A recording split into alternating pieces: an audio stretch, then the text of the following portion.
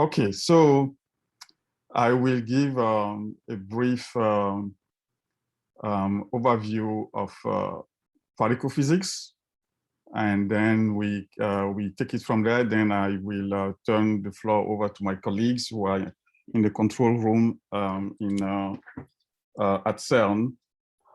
So it's a pleasure for me to be here. So I will be talking about just the first part, which is the introduction. I'm going to try to make it short, really. This will be a test for myself as well. Okay, I am a physicist at Brookhaven National Laboratory. I do research on the ATLAS experiments at CERN. I search for physics beyond what we call the standard model of particle physics. And I do also a lot of outreach and physics communication and education.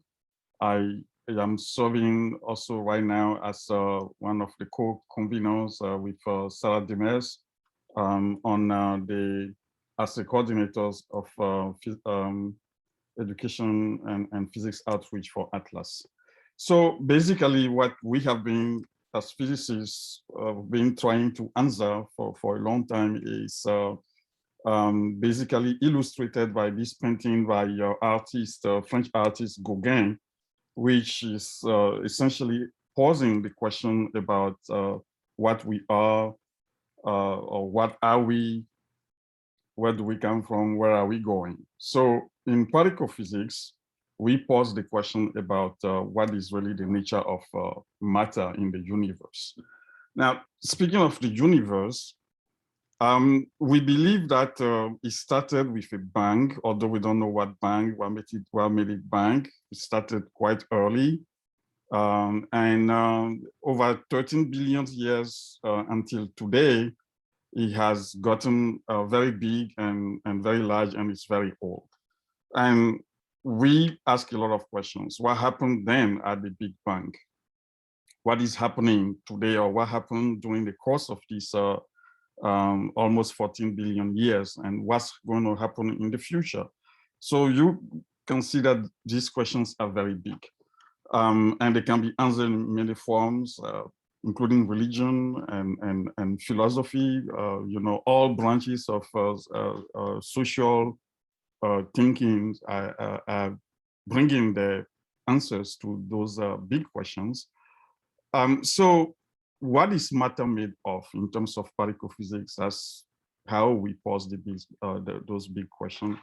This gentleman thinks that he knows the answer, and he provided that to us. His name is Peter Higgs, and I will mention something about him later on. But then there are many other questions. So what is the origin of matter? What is dark matter? How does the universe evolve? Why is the universe so big and so large? And what is the future of the universe? So you can see that these are really big fundamental questions, and we try to address them using the scientific methods. But the one that are in green here, they need what we call physics beyond what we already know. We know quite a bit, but not much. So to answer those questions, we need to know more. So since the Big Bang, the scale that is shown over here is basically the size of the universe in centimeters. And you see, when different things appeared, eventually we human beings started asking questions about the structure of matter. We know that it consists of atoms, and you scrutinize a little bit. It consists of molecules. You scrutinize a little bit, you have atoms, and you look even further, you have the nucleus and electrons around the atoms, and you look again in the nucleus, you find protons and neutrons, and you look further in the protons and the neutrons, you find what we call quarks. So that is at the very, very fundamental level, where we have now designed accelerators that are studying these fundamental particles. So basically, you can think of these things as a super microscope. Then our friends or our colleagues in astrophysics and cosmology have all of the telescopes, and they are looking at the very large scale structure. And we know that there's a connection between those two ends. So studying the laws of physics from the Big Bang basically establishes a connection between particle physics, astrophysics, and cosmology. So we know that, so basically from, the large dimension of the universe, if you transform that into time, how, things happen at which time, basically what you see or what you can postulate is that there was the bang, and then a picosecond later, maybe, matter start appearing, but not in the form that we know now, this big soup, the primordial soup, and so forth. And then dark matter, eventually there is the formation of protons and neutrons, and then nuclei, atoms, and many, many years later, here we are and trying to understand it all. Then eventually we find out that there are a bunch of particles in the atmosphere. They are floating around, they are going through your body, through my body, but they come at different directions. They have different energies, they have different types. You cannot control them. So we have this rich information, but if we want to study them, we need to be able to control their energy, their directions, and their type. So to do that, we have to go and create accelerators. Yeah. So that's how we went to start studying particle physics at accelerators. So eventually, after studying all of this collection of particles and the one that we already know and so forth, we can start categorizing them, because then the question is there a link between them? How can we understand all of these particles that we are discovering? That's when the standard model came along. So it's a model of physics to try to give some structure to all of the elementary particles. It has been proposed by this gentleman. I think there's, Abdul Salam and Glashow and Weinberg, and many other people have contributed to the development of this theory, which has been extremely, extremely successful. So you see the example over here of this curve. The green line is the model that's coming from the standard model, and the red are the data, the measurements. Yeah, there are other lines over here, but you can see that the data goes exactly on the green, which is coming from the standard model. That's just one of the many tests of this model. Some people argue that it's maybe the most successful, the most tested model in all of physics, and it has checked out in many tests, but there are always a few things that always need to be worked out. So from the standard model, what do we understand? That matter as we know it can be constructed from some basic fundamentals ingredients, which we call fundamental particles. So those are the quarks and the leptons. And then there are some interactions, some forces that bind these basic ingredients to form all the various steps of matter that we see around us. So these are these forces here. Yeah, we know about gravity, but it's not really included in the standard model for other difficulties. Yeah, so you can think of this structure as the cosmic DNA. That's the basic, the fundamentals. You can build everything out of it. But then, it doesn't end there. All these particles have different masses, and we didn't understand, or we don't understand why they should be different. What gives them the mass that they have? That was a big question for a long time. We knew from Newton that the weight of something is proportional to its mass. Then Einstein came and says that energy is proportional to its mass. And these two are giants in our physics world. And they forgot to tell us what mass is. Everybody tells us something is proportional to mass, but what is mass? Okay, then this gentleman, Peter Higgs, thinks that he knows the answer. There must be another field, another particle that we call the Higgs boson. And the way you would think about it is, think of a snow field, and you have somebody on a ski, that person is going very, very fast on the snow. It's like the person is not interacting. The snow is not holding that person down. They're going fast. And then you have somebody with snowshoes, they're going slower, they are interacting more with the snow. And then you have somebody who is just a hiker with ordinary shoes, that person is sinking, has difficulty moving. So the snow field, by these different type of people, by interacting with the snow field, it dictates or it gives them their mass or how heavy they are feeling when they are moving. So it's that interactions of particles with the field that gives the mass. So now the snow field can be the Higgs field, okay? That's the analogy. And the flakes themselves as the particle itself, which is the Higgs boson. So that's how you might think about it. So those were the ideas to try to complement the standard model.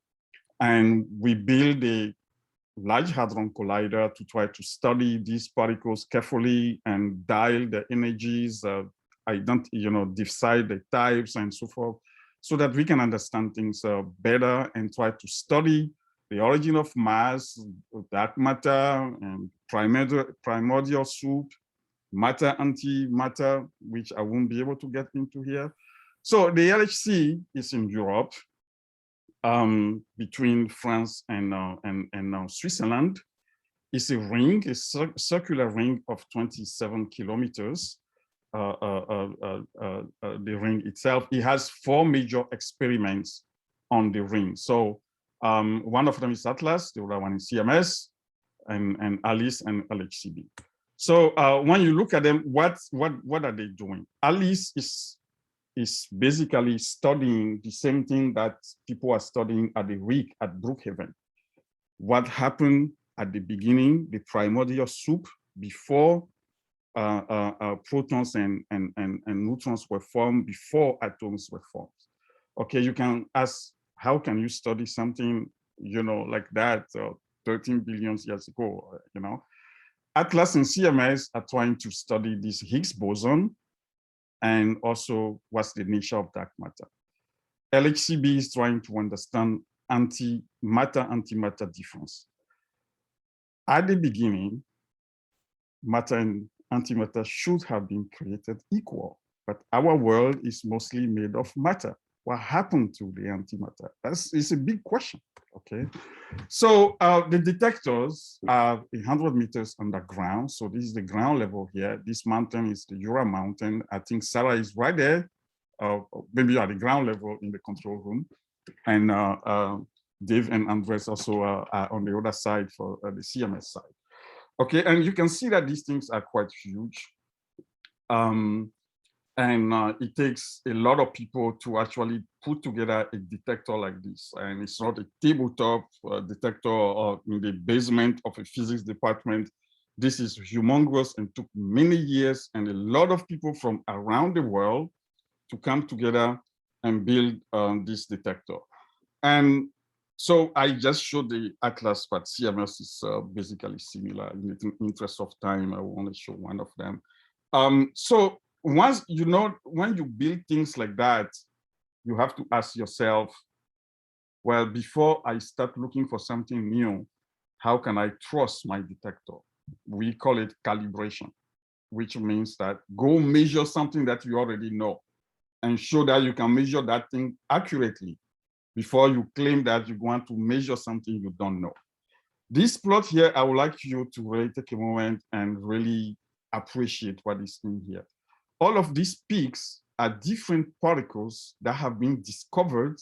Some of them their discovery alone took a long time and led to Nobel Prizes.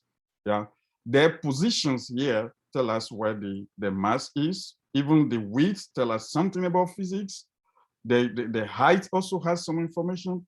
And when we turn on our detectors, within the first few months, boom, boom, boom, boom, boom. Yeah, they just all crop up at the same position. So we are happy. Our detector is calibrated. We understand it. We have measured something that we already know that's already discovered, but it's not just one thing. You see how many of them? Now we can look for the Higgs boson. And lo and behold, we found it. this peak here is where the Higgs boson was found. Okay, and that was in July 2012.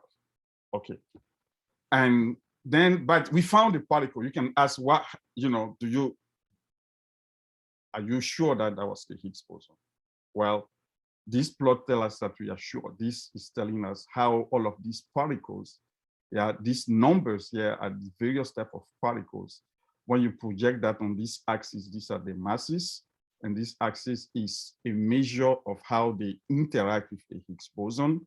And the line going through it is telling us that the way the strength of the interaction, the person with the ski, the person with the snowshoes, or the person who is just hiking, yeah, the difficulty or easiness of going through the snow is proportional to the way they are interacting. And this is remarkable. This is, you know, and this gentleman, Peter Higgs, after which the Higgs boson was named, got a Nobel Prize for that.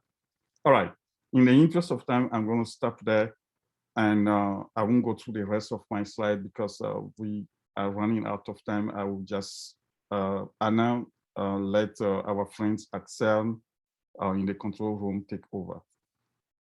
Thank you very much, Ketevi, for this great introduction. We would love to get questions, but we will reserve that for at the end of the hour.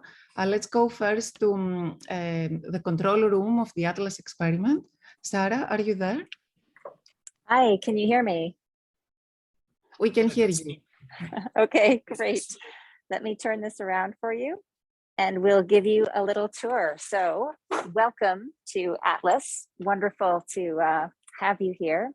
This is, as Ketevi mentioned, about 100 meters over where the detector actually lives. This is where the team sits and steers the detector. So we call it the control room because people are in control. You can see there are a bunch of seats here where the shifter can sit surrounded by these panels that have expert controls that let them turn up the voltages, wake up the detector when beams are coming, and then monitor what's happening very carefully. So this room in COVID times sits 24 people, all looking at different aspects of the detector, different systems, some people specifically monitoring safety, some people monitoring communications with the Large Hadron Collider that delivers these beautiful collisions to us.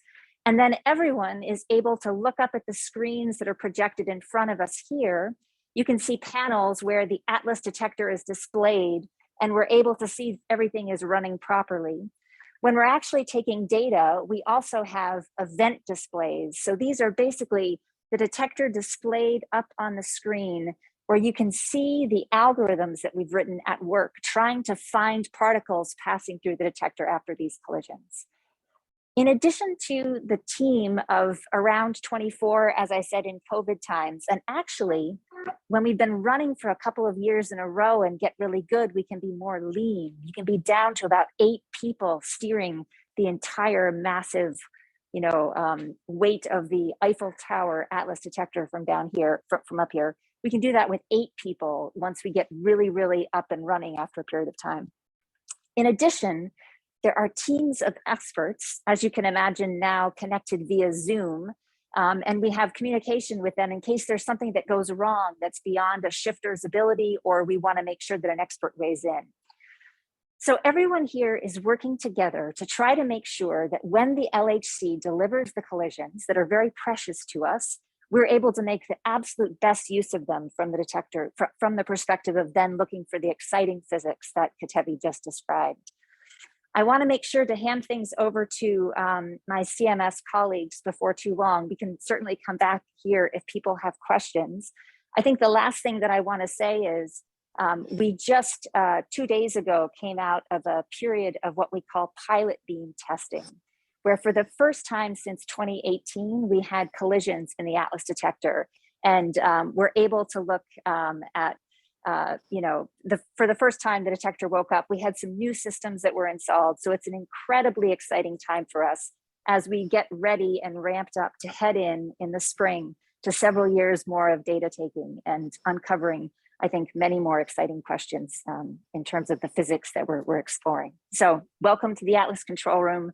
Wonderful to have a chance to say hello to you. Thanks for your time. And over to CMS. I believe they're underground. Yes, they are. Thank you, Sarah, for showing us the Atlas control room. And now for the real thing, we will go underground to the CMS detector. CMS is the other big experiment at the LHC that co-discovered the Higgs in 2012. CMS and Atlas are looking for the same type of physics. So we will go take a look at some part of the real detector. David, take it over. So thanks, Anna. So I'm David Barney. I'm a physicist originally from the UK. I've been working on CMS for the best part of about 26, 27 years now. So long I've kind of forgotten. And I'm joined by a relatively young colleague. This is Andres, who's from Puerto Rico. And we're, yeah, as you said, we're underground at the moment. So behind me, or behind us, there's the CMS detector. And what I'm going to do is I'm just going to flip the screen round, and then Andres will tell you a bit more about it. So let me just flip. Well, thanks so much for having us. Hopefully you can hear me okay. So I'd just like to tell you a few words about the CMS detector that you can see behind me. So this guy is actually, as we call it, a compact detector. But even though we say it's compact, it's actually about 50 feet high, and it weighs about 15,000 tons. So if you can imagine the weight of the Eiffel Tower, this is twice as heavy as the Eiffel Tower. So this detector is a very, very unique detector. As we mentioned, it's similar to Atlas, but there's a few key differences that I'd like to point out.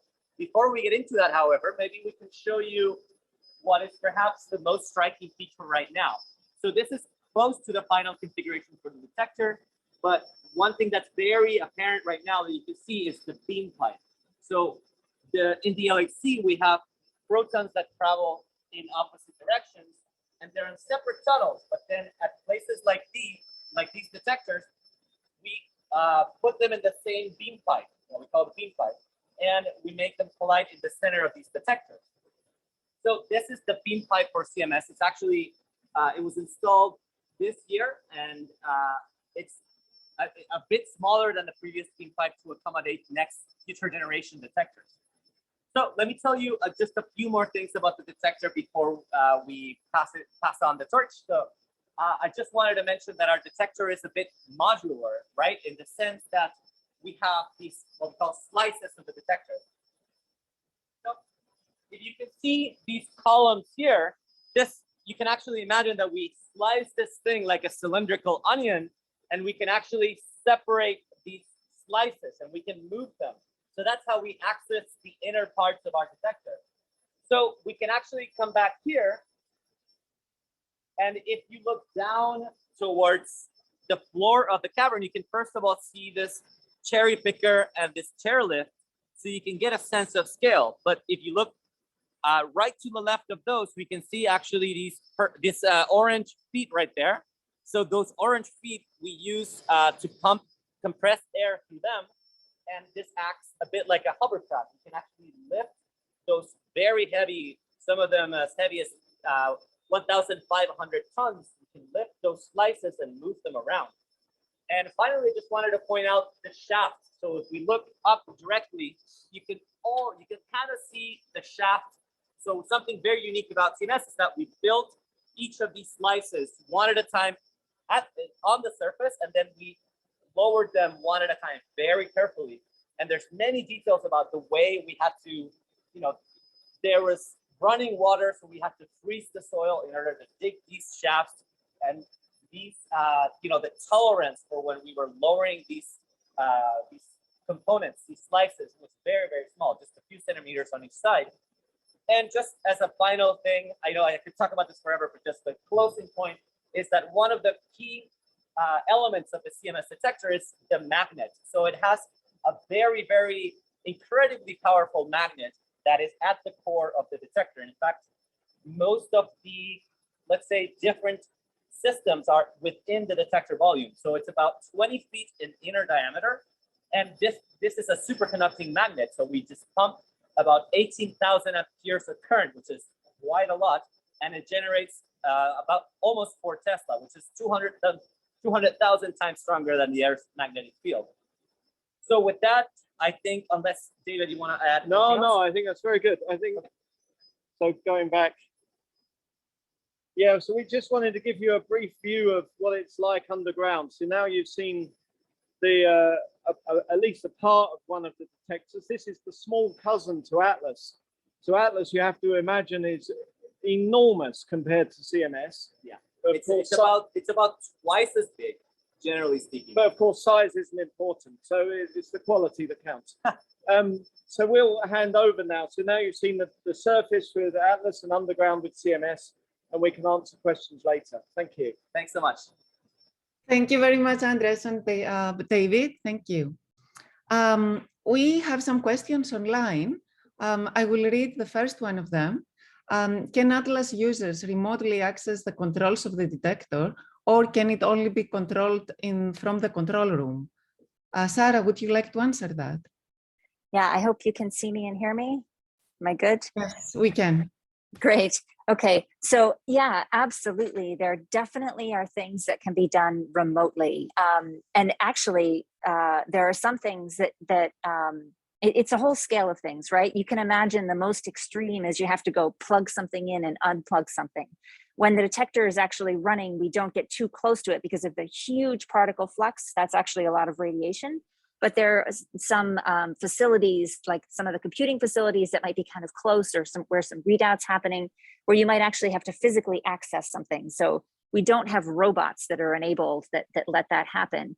But in terms of steering the detector itself, since we're 100 meters up here, I guess you'd claim that all of this is remote that happens in this control room space. And a lot of it is instrumented so that experts can actually control it from their homes. One of the things that's really interesting about how these big collaborations operate is that we have people participating who are experts from all over the world in many different time zones.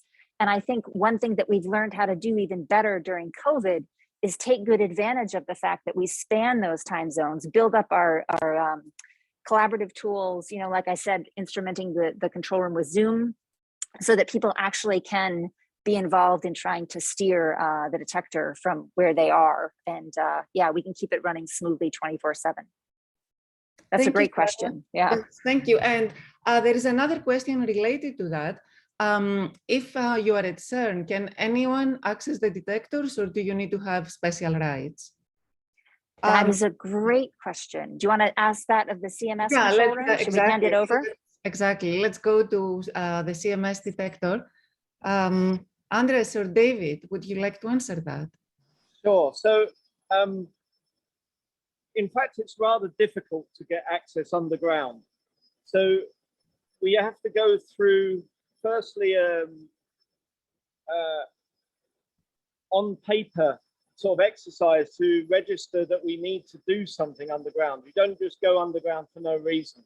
We have to be doing some work. So in fact, I'm registered at the moment because I'm responsible for one of the detectors inside there, and we had a problem with it. So I had to change some power supplies this afternoon.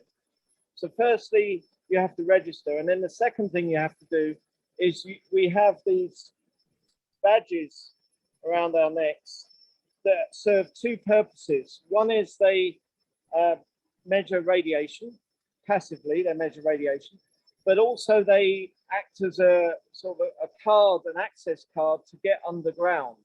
And we have to go through a door using this to open it. But then when we get into the door, there's an eye scanner that very quickly scans my irises to make sure that the information on the badge matches with my eyes. So it's really me going underground. And then it allows me through. Now, prior to all of this, we also have to follow lots of courses to help us understand the effects of radiation and so on. So we're safety trained. We're also, you know, we're 100 meters underground. So there are safety aspects. An example is we have to be at least 2 people, right? That, you know, if something happens to me, I need someone to drag me out. So we have to be 2 people, we have to be trained in first aid and so on. So it's quite a lot to actually get underground. Having said all that, we have visitors here all the time. So we can take visitors down with one of us. We're both registered guides. And in fact, the place I'm standing now is what we call our visitors gallery. So we can take visitors here. So visitors can come and they can have a look at the detector in the same way as you're seeing now, but in real life.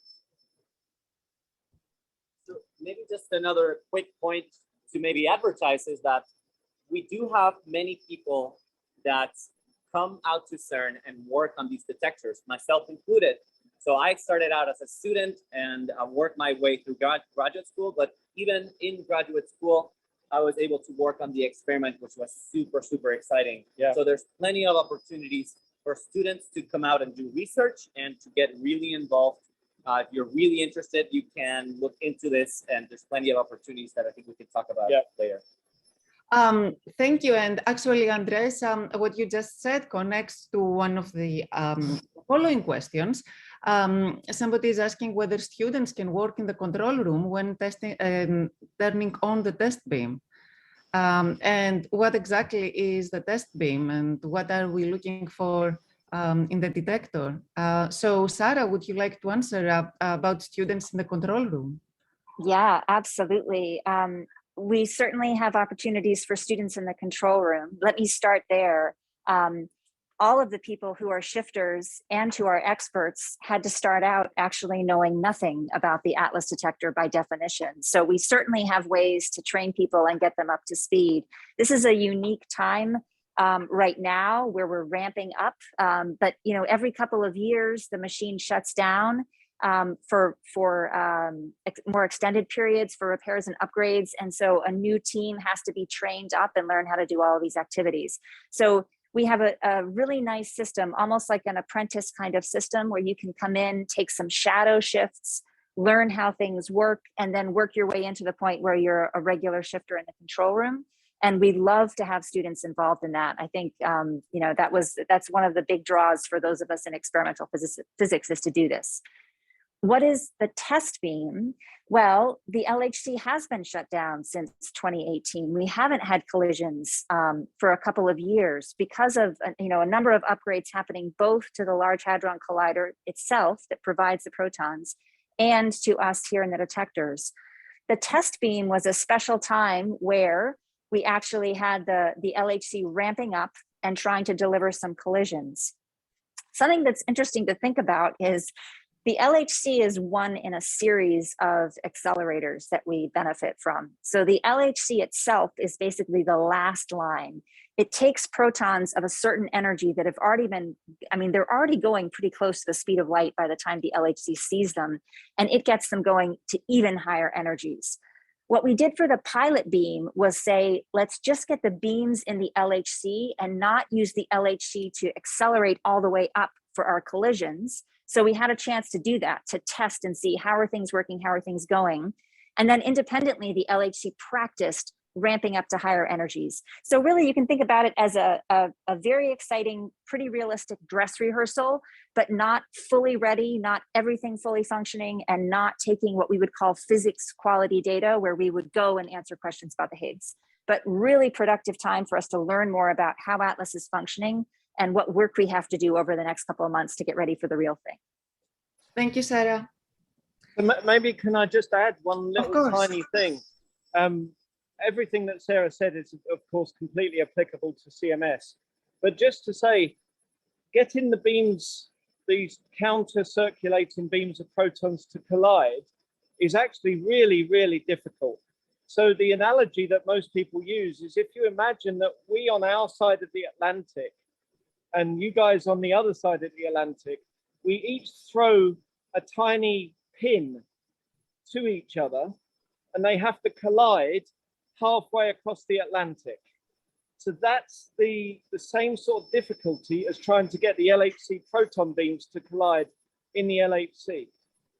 The guys who do it make it look really easy, but it's actually an incredibly difficult thing. So just achieving these collisions at what we call injection energy, as Sarah said, is really a big deal to us.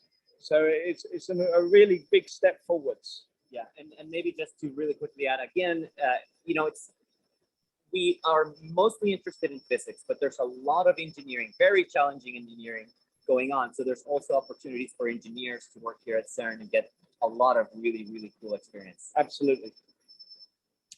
Thank you, Andres and David. And actually, one more question for you guys at CMS. The question is, how much data does CMS miss in the cracks? Is it significant? None. It's a perfect detector. and now I'll hand over to Andres for the real answer. Well, so this is a very interesting question, and I think Atlas might have a different answer. But I guess the question is about the gaps in the detector. And sure, no detector is completely sealed, completely hermetically, as I would say. But in CMS, we can really look at the collisions, and there's really not too many points in which we have particles escaping. But the particles that do escape, we're very much interested in. So we say that I mean, this is part of our analysis techniques, I would say. So we can have particles that escape, and the classic one is the neutrino. So we have to take into account particles that we don't directly observe in the detector. And we have to really carefully predict how many of these particles we expect to see. And this in general is the game that we have to play, this detective work. We have to very carefully estimate, try to predict what's going to happen in each one of these collisions. And then we have to measure each of them very, very carefully and compare a prediction to the observation. And if we predict this many particles are going to escape, even through the cracks or whatever, and we see something different, that's when things get really interesting. We either don't understand things super well and we can improve our models, or we can improve our prediction, the way we understand our detector, the way the particles interact with each of the materials. That all has to be simulated. If we have brass in the detector, if we have steel, if we have fiber optics, and so on. So that's really the way we deal with all this, is we have to carefully simulate, predict everything, and then compare it to our observation and see if it matches exactly. And when it doesn't, that's when it gets really exciting. We also, I mean, Andres is completely right in all that he says. In addition, we try to design the detector with as few gaps as possible, of course. Now, an example is what we call our electromagnetic calorimeter, is a device that's made of 80,000 crystals. And these crystals are like rectangular objects that point to where the collision happened. But they don't point exactly, because if they pointed exactly, then there's gaps between the crystals. So in fact, they point to a place a bit further away from the interaction point, so that when a particle goes towards the crystals, it can't go down a gap. It physically can't do it. So it has to collide with the crystals themselves. So there's a lot of design work goes into minimizing these gaps. Of course, as Andres says, there are interesting particles that don't care whether you've got gaps or not. They'll just still escape. And those are the really interesting ones, or some of them. Thank you, David and Andres. There are a few more questions in the Q&A, but we don't have much time, so we can answer those questions just writing down. But I would like to go to Ketevi, because I'm sure there are students in the audience who got really excited but what you guys discussed here, and would like to know how they can get involved. So Ketevi maybe can give some pointers. Yes, Anna, thank you. So what I will do is I will just go to the last the end of my slide presentation, and just show a little bit about how students can get involved in the activities that we do. So there are a lot of opportunities offered by both US Atlas and US CMS universities and national lab. Students can, at all levels, engage in research and develop skills. And those skills are not just useful in particle physics, but my colleagues have said there's a lot of technical know-how and developments in electronics, in detector design, in computing, algorithm design, critical thinking, which are applicable in many other areas, not just particle physics, that people can learn, students can learn. Teachers also can access resources and develop their skills to bring research experience in the classrooms. So those are some of the things that that we can offer. In this plot here, you can see all of the research and institutions that are involved in US Atlas and US CMS. Maybe in your states, there are a few that are there that can offer all of these opportunities. And now specifically, if you want to learn more about some of the opportunities that US CMS can present for you, just, you can scan this QR code and then you get a form, you fill it out and you contact, so, some of my colleagues will be in contact with you. If you want to learn about the Atlas opportunities, there is this link here. It's a research experience for undergraduates, where a bunch of undergraduates get to go to CERN and spend several weeks there, 2 months there, and they get placed in actual experiments and they come back with a lot of experiences. So yeah, I have the list and the email of my colleagues, but apparently it's not in this version. But you can contact us.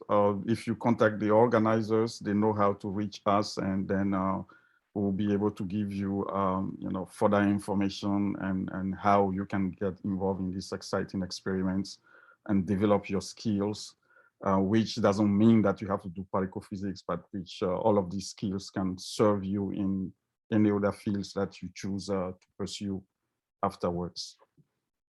Anna, back to you. Thank you very much, Ketevi, for the pointers and also for the excellent talk earlier.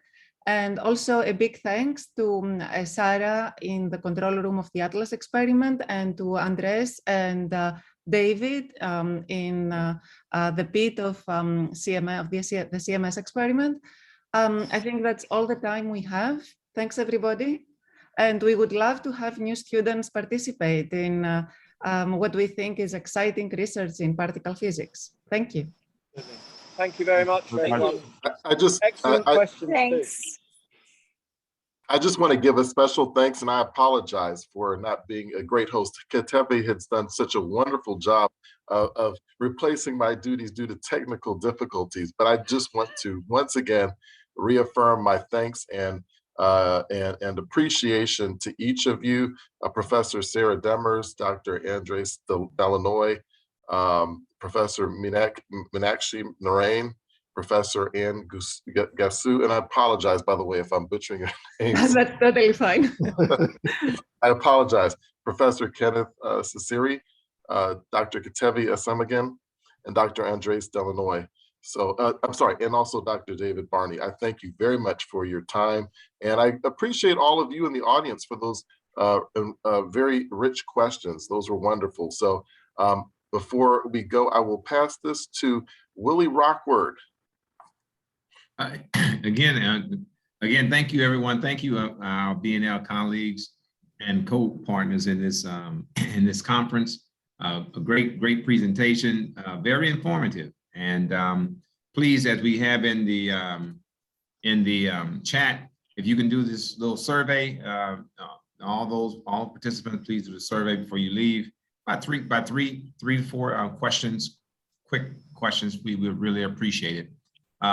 Again, looking forward to it and encourage you all to come for the conference, the National Conference of Black Physicists, which will begin tomorrow But also we have a continuation of part 2 of this informational session for Brookhaven National Lab. Again, you're doing some great research, great science. We have a big science hour tomorrow also that's going to be shared with the electron-ion collider. So we're looking forward to that too. Thank you very much. And that ends this portion of our informational session as we prepare now for the second portion.